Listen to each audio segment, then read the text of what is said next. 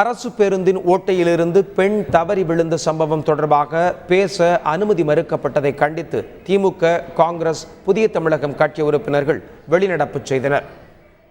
ஆயிரக்கணக்கான பேருந்துகள் தமிழக அரசுடைய போக்குவரத்து கழகம் அந்த பேருந்துகள் அத்தனையும் இன்றைக்கு பழுதான நிலையில் இருக்கிறது என்பதற்கு இது ஒரு எடுத்துக்காட்டாக இருக்கிறது.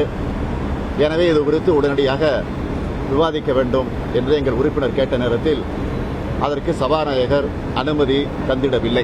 IAS அதிகாரி சகாயம் தலைமையில் விசாரிக்கப்பட்டுக் கொண்டிருக்கக்கூடிய கிரைனைட் ஊழல் அது குறித்து ஒரு மிகப்பெரிய உதாரணமாக நரபலி கொடுத்திருக்கக்கூடிய ஒரு சூழ்நிலை, எலும்புக்கூடுகள் எல்லாம் கண்டுபிடிக்கப்பட்டிருக்கிறது.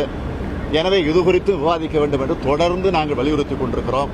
அதெல்லாம் ஆய்வில் இருக்கிறது என்றுதான் தொடர்ந்து சபாநாயகர் சொல்லிக் கொண்டிருக்கிறாரே தவிர இதற்கு அனுமதியை சபாநாயகர் தொடர்ந்து திட்டமிட்டு வழங்குவதில்லை. ஆகவே இதையெல்லாம் கண்டிக்கக்கூடிய வகையில் திராவிட முன்னேற்ற கழகத்தின் சார்பில் இன்றைக்கு நாங்கள் வெளிநடப்பு செய்திருக்கிறோம்.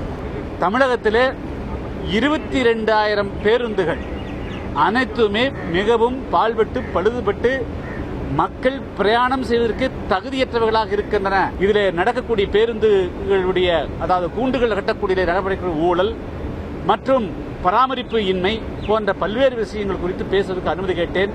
அதற்கு அனுமதி மறுத்தார்கள்.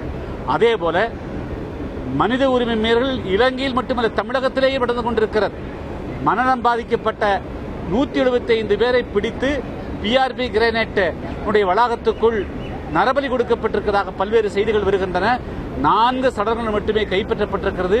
இன்னும் பல இடங்களில் தோன்றுவதற்கு தமிழ்நாடு அரசு நடவடிக்கை எடுக்க வேண்டும் என்பதை வலியுறுத்தக்கூடிய வகையிலேயும் அதற்கும் நான் அனுமதி கேட்டேன். இந்த 3க்கும் அனுமதி மறுத்த காரணத்தினாலே புதிய தமிழக கட்சியின் சார்பாக வெளிநடப்பு செய்திருக்கிறேன். தென்காசியிலிருந்து புனலூர் சென்று கொண்டிருந்த பொழுது இந்த பேருந்தில் ஒரு பெண் அதன் கீழ் வழியாக பலகை உடைந்து கீழே காட்சிகள் அனைத்து தொலைக்காட்சிகளும் காண்பிக்கப்பட்டது. அதை குறித்து நாங்கள் தற்சமயம் கவன ஈர்ப்பு கொடுத்து அதை சபாநாயகர் அந்த பொருளை குறித்து விவாதிக்க வேண்டும், அனுமதி வேண்டும் என்று கேட்டபொழுது அனுமதி மறுக்கப்பட்டது. அரசு பணிகளில் பணியாற்றுபவர்கள் இன்றைய தினம் அவர்கள் பணியாற்றும் இடத்திலேயே தற்கொலை செய்து கொள்கிறார்கள் என்று பார்க்கும் பொழுது கடுமையான மன அழுத்தத்திற்கு அரசாங்கத்தால் தள்ளப்படுகிறார்கள். அரசு துறைகளால் ஊழலுக்கான அடிப்படைக்காக அவர்களை நெருக்கடி தருகிறார்கள். எனவே அவர்கள் தற்கொலை செய்து கொள்கிறார்கள் என்ற உண்மை நிலைமை இன்றைக்கு நிலவி வருகிறது.